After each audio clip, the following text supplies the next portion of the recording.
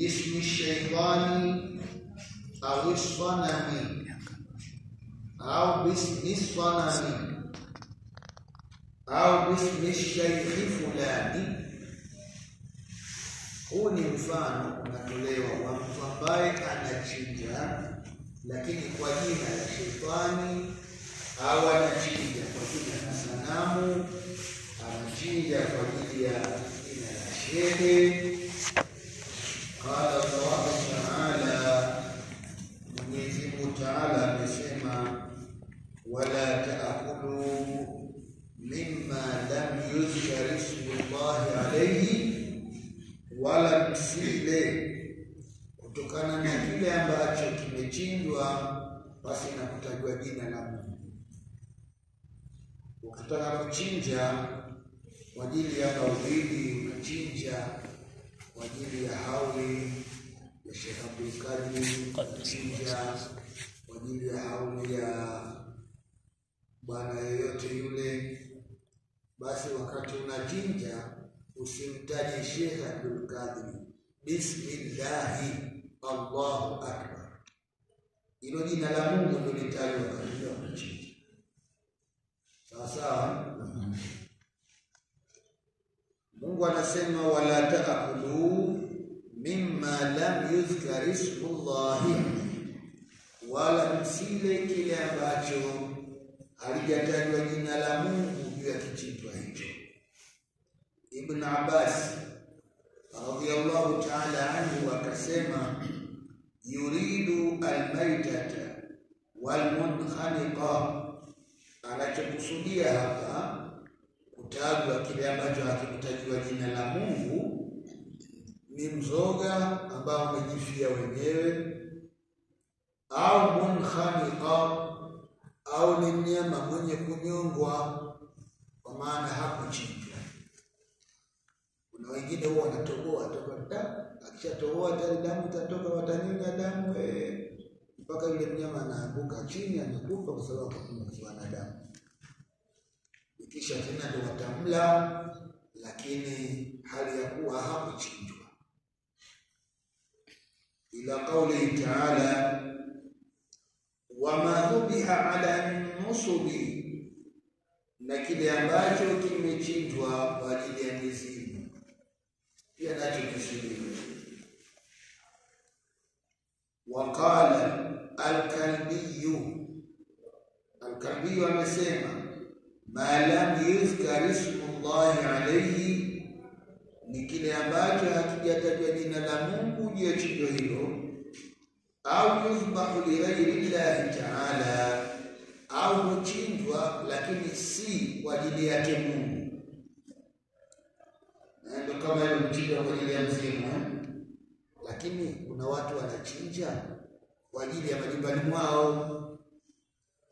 Tunamchinja mbuzi huyu leo kitoweo chetu cha leo, au tunachinja kuku huyu kwa ajili ya kitoweo chetu cha leo.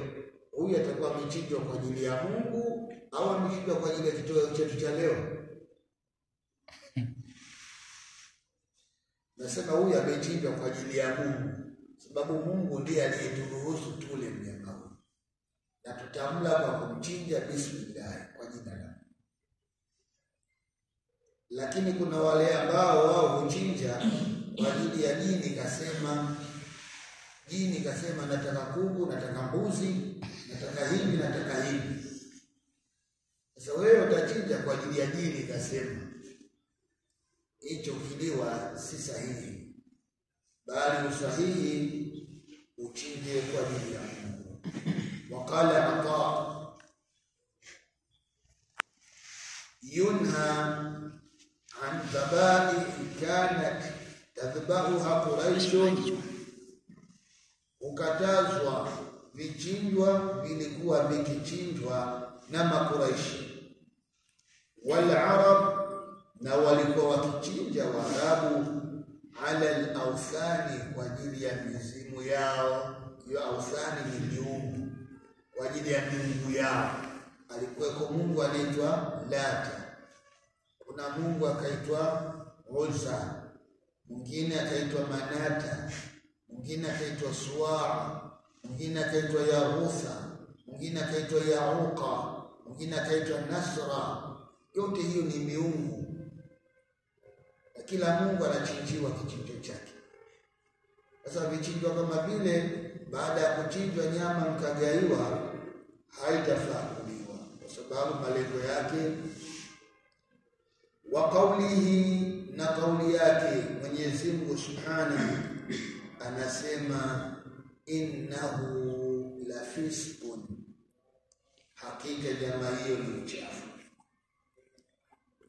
Yani wa inna kulla ma lam yuzkar ismullahi alayhi, na hakika kila mnyama ambaye hapajatajwa jina la Mungu juu ya chinjo lake, minal maitati, kuanzia nyamafu, kwa maana maiti alojifia mwenyewe, ni fiskun, huo ni uchafu. Au khuruja anil haqqi wad din, au ni chinjo lakini la kutolewa kwenye haki na dini. Chinjo lenyewe limetolewa kwenye haki na dini. Watu wanachinja kwa ajili ya Krismasi. Je, chinjo hilo nalo vipi? Ikiwa pamechinjwa kwa ajili ya Krismasi, chinjo hilo ni uchafu. Innahu la fisq. Wa inna shayatin la yanuhuna ila awliyaihim yujadilu.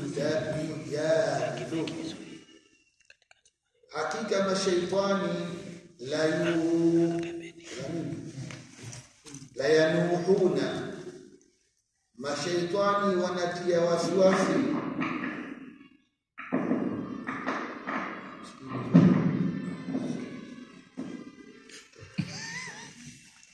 wa inna shayatina la yanuhuna, na hakika mashaitani wanazungumza maneno ila awliyaihim, wazungumza mawali wao. Mawali wao tukisema wapenzi wao, liyujadilukum, ili wapate kujadiliana na nyinyi.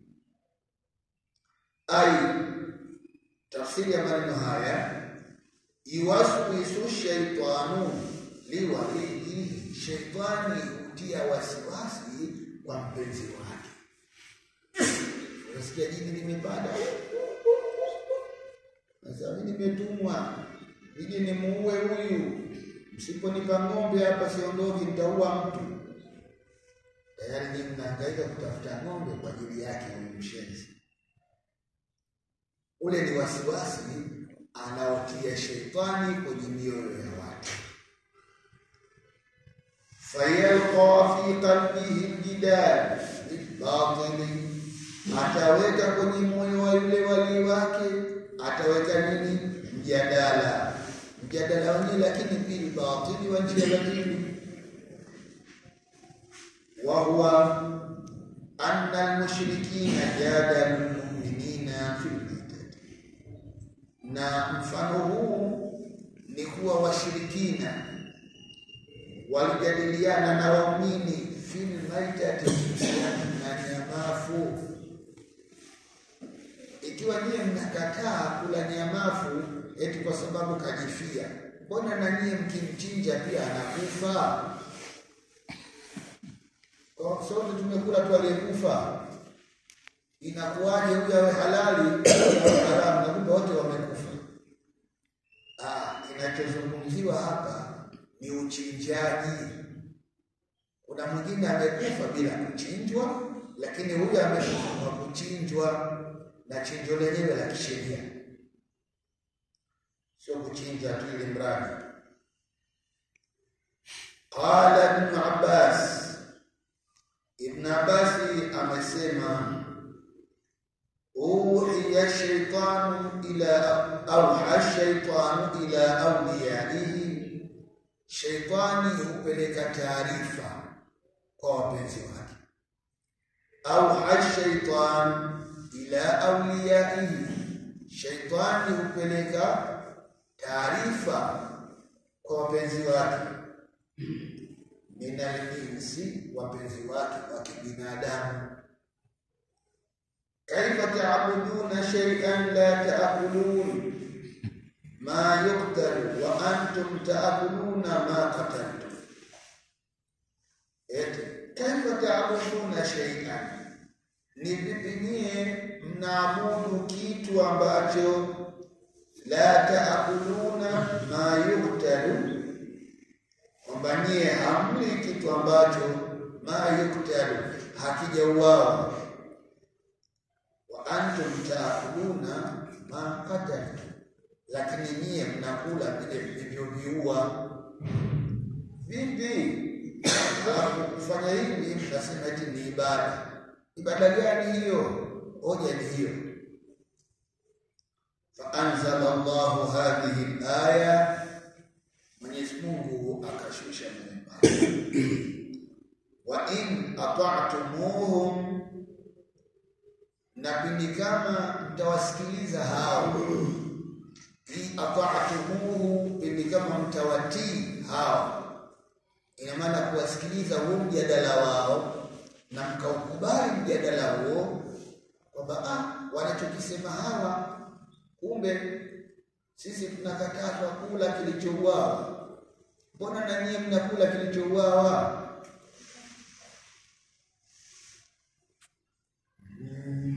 Yani anakusudia wa in ata'tumu, na pindi kama mtawatii hao, yani fi istihlalil maitati, katika kule kuhalalisha nyamafu.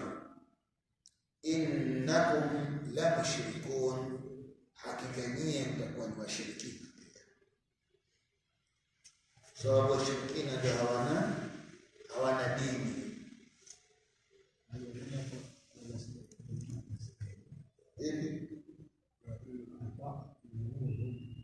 Wa in ata'tumuhum, na kama mtawatii shetani na wali wake, yani fi istihlalil maitati, yani katika kuhalalisha nyamafu. Innakum la mushrikun, hakika nyinyi mtakuwa ni washirikina pia. Qala Zujaj akasema, wa fi hadha dalilun, kwenye maneno haya ana dalili ala anna kulla man ahalla shay'an mimma harrama Allah au harrama shay'an mimma ahalla Allah fahuwa mushrikun. Kuna dalili ya maneno haya kuwa kila mtu ambaye alihalalisha jambo ambalo Mungu kaliharamisha, Mungu ameharamisha jambo, alafu akatokea mmoja katika watu akalihalalisha, au harrama shay'an mimma ahalla Allah, au ni mtu ambaye Mungu ameharamisha jambo alafu yeye akalihalalisha. Tunakanza kupanga kwa siku yao ile Krismasi, wanakuletea kuku Muislamu chini, wao wanaweza kuchinja, unachinja alafu wanakugaia mwenyewe kitoweo. Wanachinja kwa ajili ya Christmas. Lakini mchinjaji Muislamu anasema bismillah Allahu akbar. Lengo la kuchinjwa nini? Christmas. Muislamu hatuli hii, hata kama ni wa roho sana wanyama, lakini sio kwenye jirani. Jirani ana haki zake kama jirani tatu. Na jirani Muislamu ndugu, yeye atapata haki zake tatu: haki ya ujirani, atapata haki ya Uislamu, na atapata haki ya udugu. Huyu hatuna mashaka naye katika tabia na neno za Kiislamu. Lakini kuna jirani yeye ni Muislamu tu, lakini si ndugu kuzaliwa. Huyu atapewa haki ya Uislamu na wala hatuna mkingamo naye katika tabia za Kiislamu. Kama naye ataleta hivyo mbichi ambazo hazieleweki ndani ya Uislamu, mkataa ile haki ya ujirani wa kupeana vyakula, lakini kama anatuletea kwa ajili ya Christmas naye ni Muislamu, tunasema kwenye hili kakosea, hatuli chakula chake. Lakini kuna jirani alafu si Muislamu wala si ndugu, huyu atapata haki ya ujirani tu. Ina maana tutasaidiana wale kwenye mambo ambayo hayakiuki dini ya Uislamu. Hapo tutasaidiana, tutakwenda vizuri. Lakini ikiwa pana makatazo ya dini yetu na yeye ni jirani yetu, baada yafanya hayo, hatutashirikiana naye kwenye hilo, lakini kwenye mengine tutakuwa naye. Kuna mambo ya sherehe za siku hizi kama hivi tunavyosema Christmas, Pasaka na kadha, lakini hawachinji, wanaenda kununua kule buchani kaleta nyumbani, na pia inakuwa katika hilo wamenunua kwa ajili ya chakula chao cha kila siku, au wamenunua kwa ajili ya sikukuu. Kama hivyo, kama ni kwa ajili ya sikukuu, sisi hatuli. Afwanisha kwenye masala kama hayo, wasema hakula chakula chao haifai, kwamba kimechinjwa kwa ajili ya Christmas. Je, kama wana harusi? Harusi tunakula. Harusi lakini mchinjaji nani? Muislamu.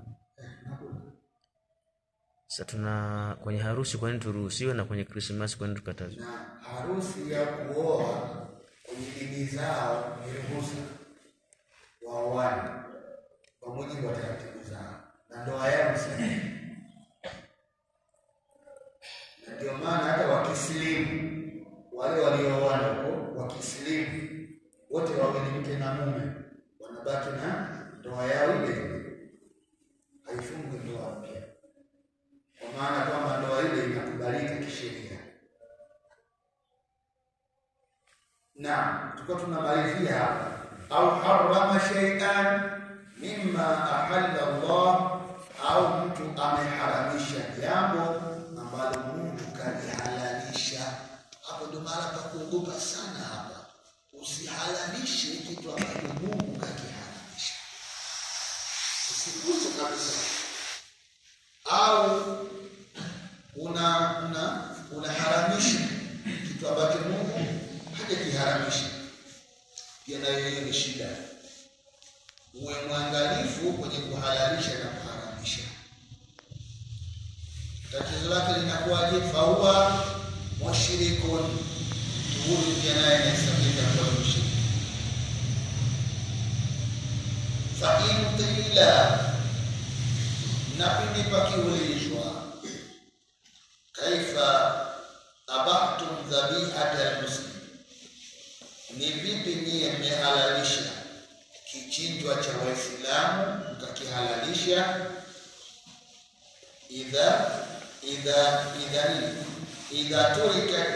tarakat tasmiyata, pindi yule Muislamu kaacha bismillah, kachinja Muislamu lakini kaacha bismillah. Lakini nyie Waislamu mmeruhusu nyama ile iliwe. Wal ayatu kan-nasi fi at-tahrim, na aya imekuja kama nasi katika kuharamisha. Vipi? Qultu, mimi kajibu hivi, innal mufassirina fassaru, wafasiri wametafsiri hivi, ma lam yuzkar ismu Allahi alayhi fi hadhihi al-ayat, mnyama ambaye hapajatajwa jina la Mwenyezi Mungu juu ya chinjo lake, fi hadhihi al-aya, kwenye aya hii, ni bil maitati. Wanatafsiri wote wamesema ni ile nyamafu, kwamba mnyama yule kajifia mwenyewe. Walam yahmiluhu ahadun ala dhabihati muslimi, wala hakuna walam yahmiluhu ahadun, wala haikuchukuliwa tafsiri hiyo na mmoja yoyote, ala dhabihati muslimi, ya chinjo la Uislamu, idha taraka tasmiyata bidani acha bismillah. Wa fil aya ashya'un tadullu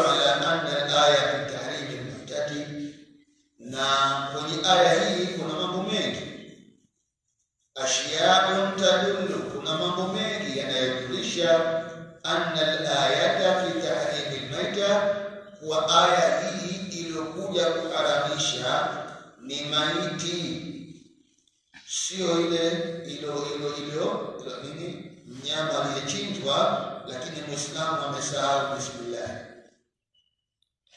Wa minha qawluhu, na miongoni mwake ni kauli hii, wa innahu la fisqun, hakika huo ni ufasiki.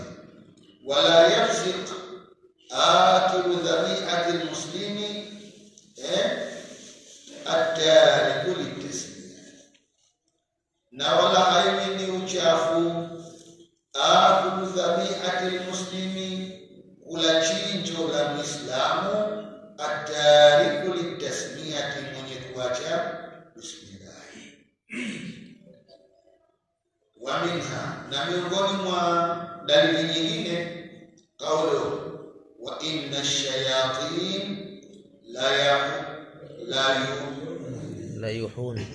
la yuhuna ila awliyaihim, hakika mashaitani hupelekeana taarifa kwa wapenzi wao, liyujadilukum, ili kujadiliana na nyie. Walmunadharatu inma kanat fi almaitati, na huu mjadala huu ulikuwa ni kwa ajili ya maiti. Ndio walifanya mjadala baina ya waumini na wasiokuwa waumini, biijma'in min almufassirin, kwa ijma'i ya wanatafsiri wote wamesema kuhusiana na maiti, la fi dhabihati tariki tasmiyati min almuslimin, na sio kichinjo cha mwenye kuacha bismillah miongoni mwa Waislamu. Wa minha, dalili nyingine ni kaulu wa in ata'tumuhum innahum la mushrikun, na pili kama mtawatii wao, hakika na nyinyi mtakuwa ni washirikina.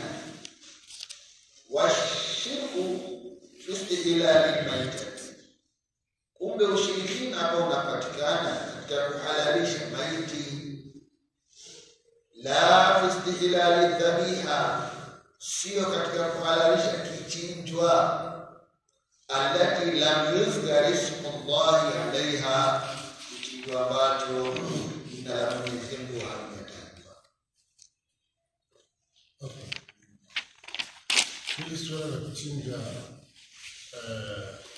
kuna maeneo fulani watu huwa wanapeleka kuku kwa fulani ukachinja fulani, lakini unakuta mtu yule tatizo. Je, nani anaruhusiwa kuchinja? Katika swalati anatakiwa afanye ibada. Kuchinja ni ibada pia.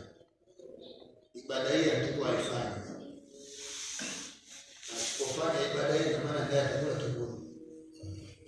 Kwa hiyo achinje kama mlevi hana asili. Kipindi mlevi umemtoka afanye kazi. sasa kuna Anatakiwa katika ile hali yake ya ulevi hana ibada kufanya.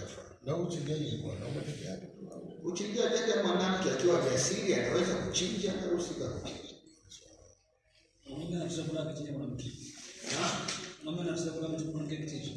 Tunasema mwanamke akiwa ana uwezo wa kuchinja anaruhusiwa kuchinja. Na alichochinja mwanamke kitaliwa na watu wote. Ndio Meru. Hapo moja yetu Hamisi. Mlevi ndo anawachinjia ule ndo Muislamu. Nikamuuliza unachinja bila nani? Kwa sababu mimi najua mimi si nachinja. Nikamwandikia mimi kuchinja ile sunna. Kwa sasa hivi wanategemea na chinja. Lakini mlevi anasema kipindi kile akiwa na ulevi kichwani asichinje, wampelekee vichinjwa vyao ikiwa pombe haiko kichwani, yuko vizuri. Kipindi atachinja sawa.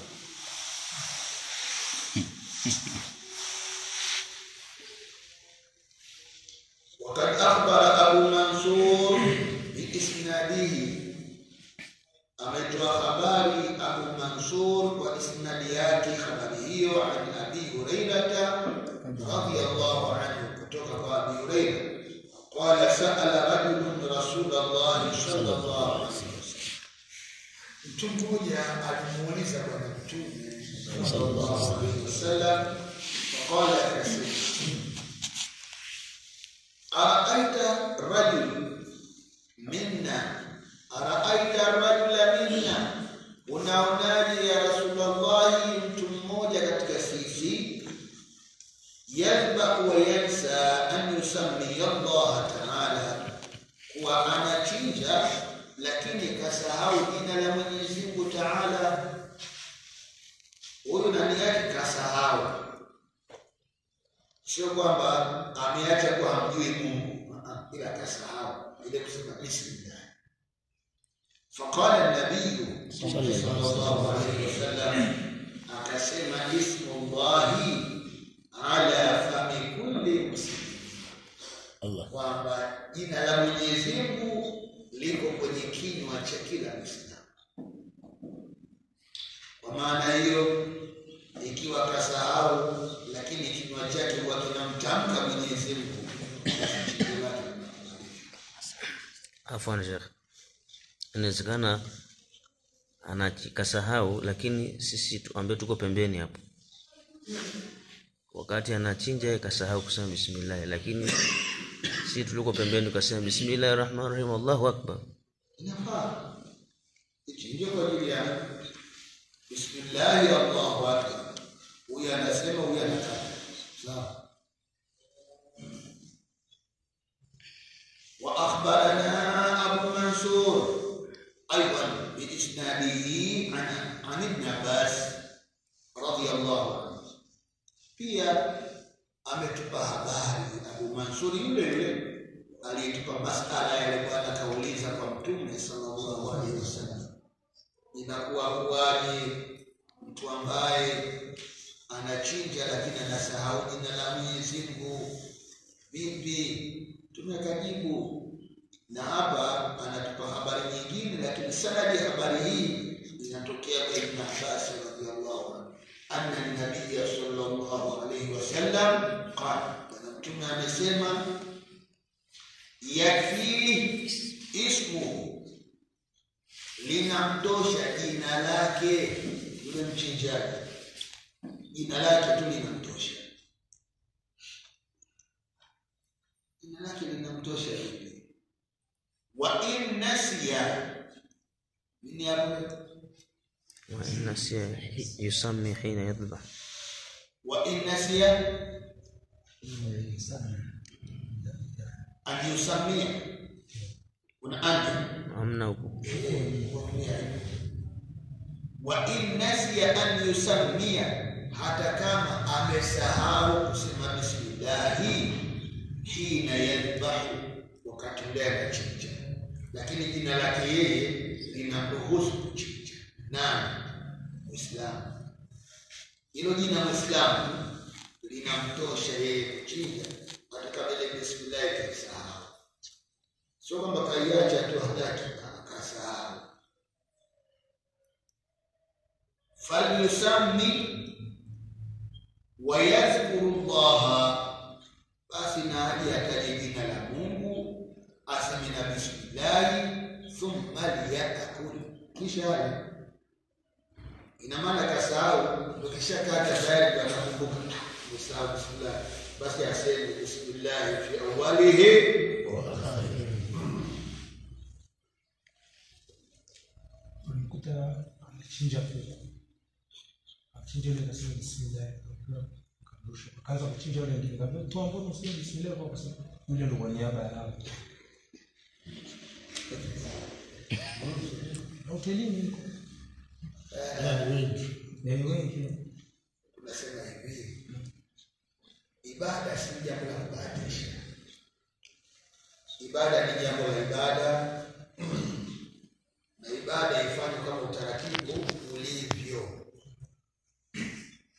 Anayechinjwa ni bismillah Allah, bismillah Allah, hata kama wako 1000. Bismillah, sio kwamba wale kwa niaba,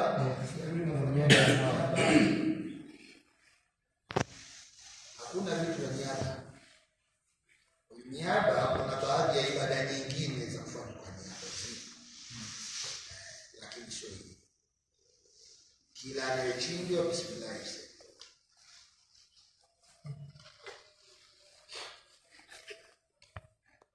kuna wengine huchinja, lakini kile wanatumia mashine za kuchinja. Bali kwenye ule mkasi wa kukatia wameandikwa bismillah Allah. Hiyo kazi yako ni kubonyeza bismillah Allahu Akbar. Huyo mbonyezaji nani? Ni Paulo au Pascali au ni Juma au ni Hamza? Namtaka huyu awe Muislamu, ile jina lake litatosha kumaanisha Allah.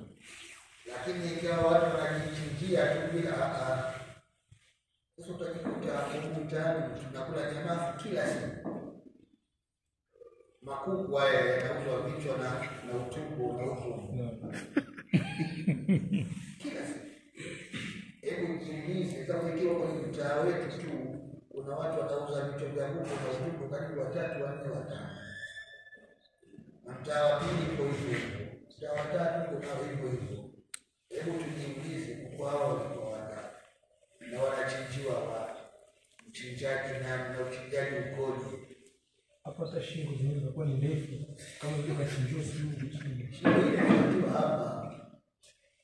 Inakatiwa hapa. Kwa maana unajikuta kichwa na shingo vinauzwa mtaani. Na miguu. Na mioyo ya tumbo yauza. Sasa hii shida. Tunakula nyama kila siku. Kuna mwingine anaweza kuishi.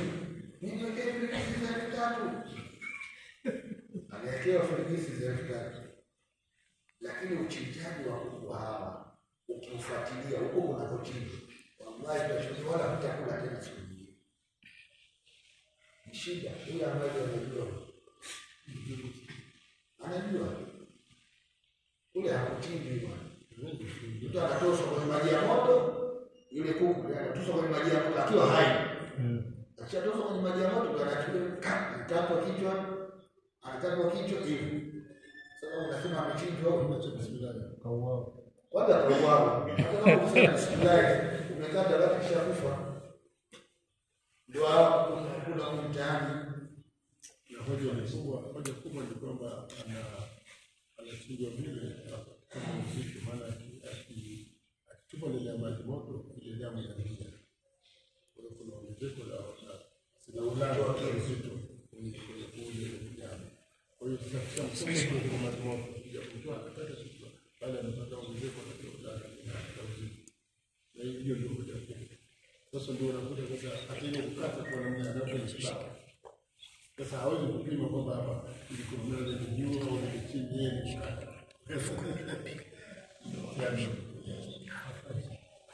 Na hii ambayo ana matatizo ya bwana, leta nyama, leta kuku, ng'ombe, mbuzi na hizi kondoo.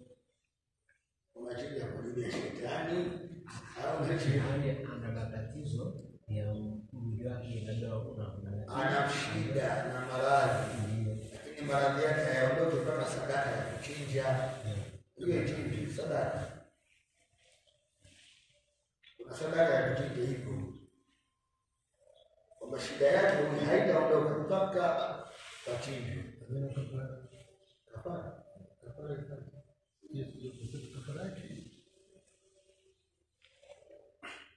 Neno kafara linatumika, lakini linatumika mahala sipo. Neno kafara lipo, lakini linatumika mahala sipo. Baada kafara maana yake ni malipo ya ima deni unalodaiwa, mfano kama vile Mwenyezi Mungu na kafara tudhiani, kafara ya kuapia mgongo, unaitwa rakabati na adhimu. Ile ndio huitwa kafara.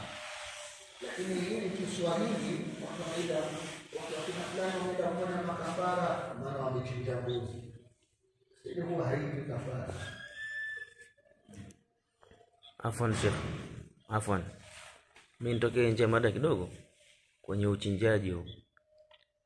Kuna kule kwenye kuwinda katika masharti ya kuwinda anatakiwa muwindaji awe Muislamu. Sasa inawezekana katika kule kuwinda kuna mchanganyiko baina ya Waislamu na wasiokuwa Waislamu. Sasa ikatokea yule mnyama kapigwa na sio kuwa Muislamu, kwenye uhalali wa mnyama huyo vipi?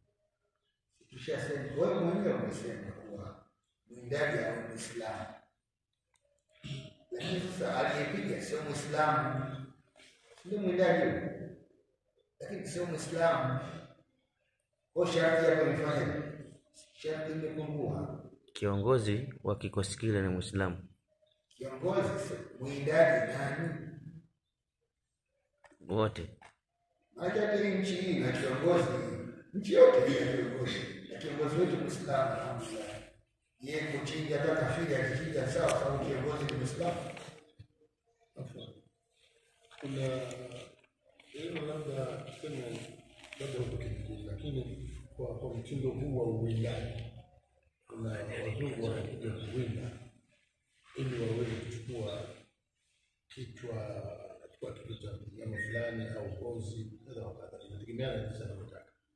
Mara nyingi taratibu za kule tunaona wanafanya kwamba kuna kuwepo Amr bin Abi Amr biisnadihi an Aisha ametupa habari wa akhbarana, na ametupa habari. Nani aliyetupa habari? Amr bin Abi Amr, huyu ndiye aliyetupa habari. Na habari hii aliyotupa biisnadihi an Aisha, sanadi yake inatoka kwa bibi Aisha, mke wa Bwana Mtume sallallahu alayhi wasallam, kwamba anna qauman qalu, kuna watu walisema, ya Rasulullah, inna qauman ya'tuna billahmi, hakika kuna watu wanatuletea nyama. Wanatuletea nyama.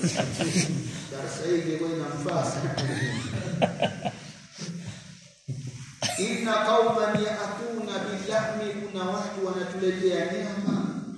Nadiri udhkira smullahi alayhi am la, lakini hatujui kuwa pametajwa jina la Mungu au hapakutajwa jina la Mungu wakati wa kuchinja. Hilo hatujui. Mtume ndiye anayeulizwa swali hili. Faqala Rasulullah sallallahu alayhi wasallam, Mtume akasema, samu alayhi wa qulu, nyie semeni bismillah na mle. Kwa sababu gani? Hapa haukujua kwamba huko machinjioni huko umesema hiyo bismillah au hapa kusema. Basi wewe wakati wa kula ufanye sema bismillah kisha ule. Allah. Haya ni majibu ya Bwana Mtume Muhammad sallallahu alaihi wasallam, kwa mujibu wa kwamba walioleta ni Waislamu. Na walioleta ni Waislamu, lakini huko walikotoka huko alikujua sasa kuweka dhana. Lakini kama imeletwa na watu ambao si Waislamu, ndio sababu mshida. Hadha akhiru kalami al-Wahidi, huu ndio mwisho wa maneno ya Bwana Wahidi. Wakati taqaddama qawluhu, hakika kauli yake ilishatangulia kusema, la'ana Allahu man dhabaha li ghairi Allahi, Mwenyezi Mungu amemlaani mtu ambaye amechinja lakini sio kwa ajili ya Mungu. Kuna watu huchinja kwa ajili ya mizimu ya kwao. Kule maeneo fulani kuna mzimu mmoja unaitwa shungu, alafu kuna mzimu mwingine unaitwa ngamizi. Ngamizi na shungu ni mizimu ya asili sana, mpaka watu kwenye viapo vyao, mtu akitaka kuapa, ukitaja wallahi wa billahi, mtu haamini mpaka useme shungu na ngamizi. Yaani ukisema hivyo huyo mtu anaaminika kweli kwamba umeapa kweli wewe. Hiyo mizimu ilikuwa imeshika kweli kabisa kwenye mioyo za watu. Sasa wale kupeleka kule zawadi mbalimbali, wanapeleka mpaka unga, wanapeleka mpaka wanaweka unga, wenye wanapeleka hata pesa, wakatoza kwenye shilingi 25, senti 5, senti 20, wanapeleka, wanaweka hapo, wanaondoka. Basi huendana na mbuzi na kondoo, wanapeleka, wanaacha hapo, wenyewe wanaondoka. Fisi akija anakula, anachukua anaondoka. Wao wanajua shungu kachukua au ngabizi kachukua. Sasa kuna watu huchinja kwa ajili ya mambo kama hayo ambayo si kwa ajili yake Mwenyezi Mungu. Mtume sallallahu alaihi wasallam anasema la'ana Allahu man dhabaha li ghayri llahi, Mwenyezi Mungu amemlaani mtu ambaye amechinja lakini sio kwa ajili yake. Darasa yetu leo inakomea hapo. Insha Allah tutakuja kuendelea na darasa ya 59 inasema fi man daa ila ghairi abihi wa huwa ya'lam. Somo hili nalo ni muhimu sana kusikiliza. Mtu ambaye yeye anadai, lakini anadai madai ya kwamba Bwana Suleimani baba yangu, hali ya kwamba si baba yake. Allah. Hapa napo kuna jambo. Alafu kuna baadhi ya wanawake wanarithisha ukoo ambao mtoto hastahili. Mfano baba kaenda kazini, labda atakaa huko wiki moja, yeye huko ana dini na mwanaume mwingine, anashika ule uzito wa huyu bwana mwingine. Akirudi mume wake anamwambia muondoka, mniachia mimba. Huyu mtoto atanasibishwa kwa baba huyu, na kumbe baba hausiki na hilo. Hili nalo ni kosa kubwa sana la kumuingiza mtoto kwenye familia ambayo katoka kwa mtu mwingine ambaye sio wa familia yake. Kwa haya nayo tutakuja kuyasoma insha Allah taala. Ndio kesho uje Alhamisi. Afwan sheikh. Tuangalie